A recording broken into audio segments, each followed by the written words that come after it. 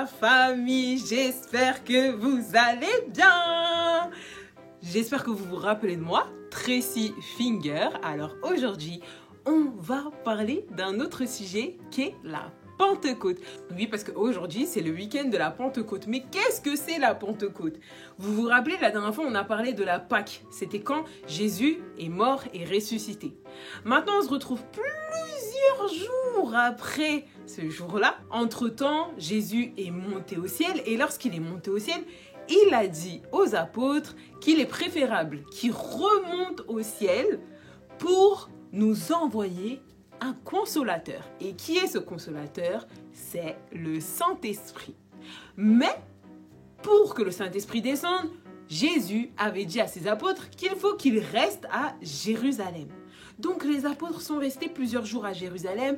Ils ont continué à prier, à louer, à adorer Dieu en attendant ce jour-là. Et ce jour est enfin arrivé, le jour de la Pentecôte. C'est parti, voici l'histoire de la Pentecôte. Ce jour-là, les apôtres étaient tous assis dans une maison. Peut-être qu'ils étaient en train de boire un petit café, ou peut-être qu'ils étaient en train de discuter, ou peut-être qu'ils étaient en train d'échanger sur la parole, peut-être même qu'ils étaient en train de prier. Ce que la Bible nous dit, c'est qu'ils étaient tous assis dans un même endroit. Quand soudain, il y a eu un vent agité qui est descendu du ciel et qui est rentré dans la maison. Et dans ce vent, il y avait plein de langues qui venaient de partout. Et on dit que ces langues étaient semblables. Ça ressemblait à des langues de feu. Mais qu'est-ce que c'est les langues de feu? J'en suis sûre, un jour, vous avez déjà entendu vos parents, papa ou maman, ou peut-être vos grands frères, grandes sœurs, ou le pasteur Ivan, ou même les animatrices de l'Éco-Gym parler dans une langue très bizarre. C'est vrai que quand on ne la parle pas, on se dit mais qu'est-ce qu'il raconte? C'est quelle langue? C'est le parler en langue. C'est ce jour-là que le parler en langue est descendu sur les apôtres, ce qu'on appelle aussi le baptême du Saint-Esprit. Donc dans ce vent qui est venu dans toute la maison, le vent est arrivé, il s'est agité et là, les langues sont tombées sur les apôtres. Et donc les apôtres ont commencé à parler.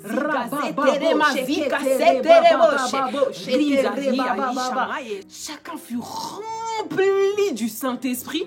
Et à ce moment-là, ils commencèrent à parler, non plus en langue de feu, mais parler en d'autres langues.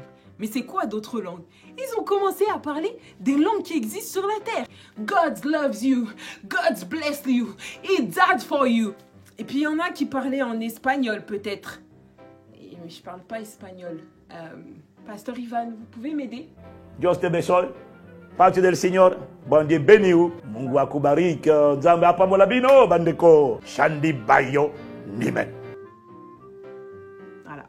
Je pense que Pasteur Ivan, il est rempli du Saint-Esprit lui aussi. Et ce jour-là, dans Jérusalem, il y avait plein de gens qui étaient venus comme des touristes. Mais ils étaient venus de plein de pays. De l'Allemagne, de l'Espagne, de l'Égypte, de l'Angleterre peut-être, de la France, de la Côte d'Ivoire, du Congo, de la Chine, du Japon, de l'Australie, du Brésil, du Canada, plein de pays. Et tous se sont dit, mais c'est quoi? C'est quoi ce bruit? Mais d'où vient-il?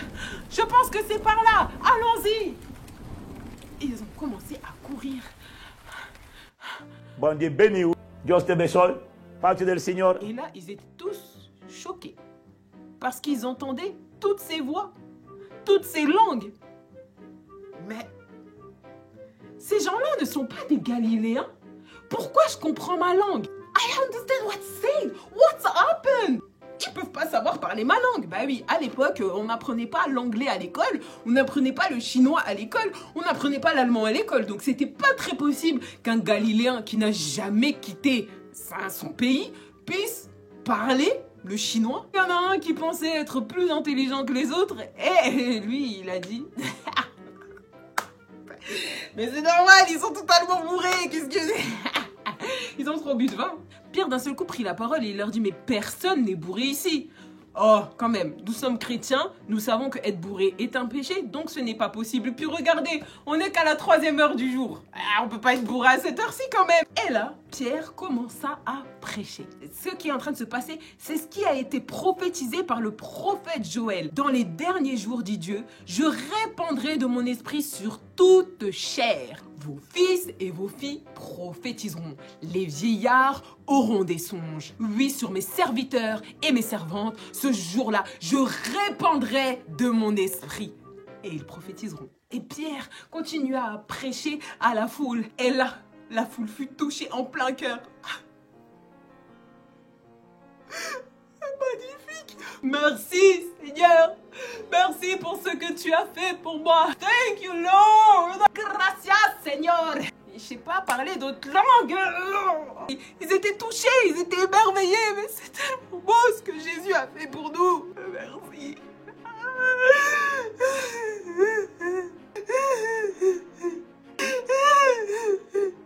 Bah oui, quand on est touché par le Seigneur, on ne s'arrête pas de pleurer. Moi, personnellement, le jour où j'ai été touchée par Dieu, j'ai pleuré pendant 20 minutes. Mais j'ai pleuré de joie, bien sûr. Parce que là, oui, ils étaient tous en train de pleurer de joie. Tellement qu'ils étaient émerveillés de ce que Jésus-Christ avait fait pour eux. Et là, il y en a un qui est venu et qui a dit à Pierre, « Mais qu'est-ce qu'on peut faire, Pierre ?» Et là, Pierre leur a dit, repentez-vous et faites-vous baptiser au nom de Jésus, afin de vous faire pardonner de vos péchés et recevoir le Saint-Esprit. Et tu sais quoi? Ce jour-là, il y a eu environ 3000 personnes qui ont donné leur vie à Jésus. Que quelqu'un dise, waouh! Oh, que quelqu'un dise, waouh! C'est merveilleux, non? Et tous, à partir de ce jour-là, sont devenus de très bons chrétiens qui avaient la crainte de Dieu. Et puis même, ils ont tout vendu, tous leurs biens, leur maison, leur voiture. Bon, à l'époque, il n'y avait pas de voiture. Leurs chevaux avec leurs calèches, voilà. Ils ont tout vendu, leurs entreprises, tout.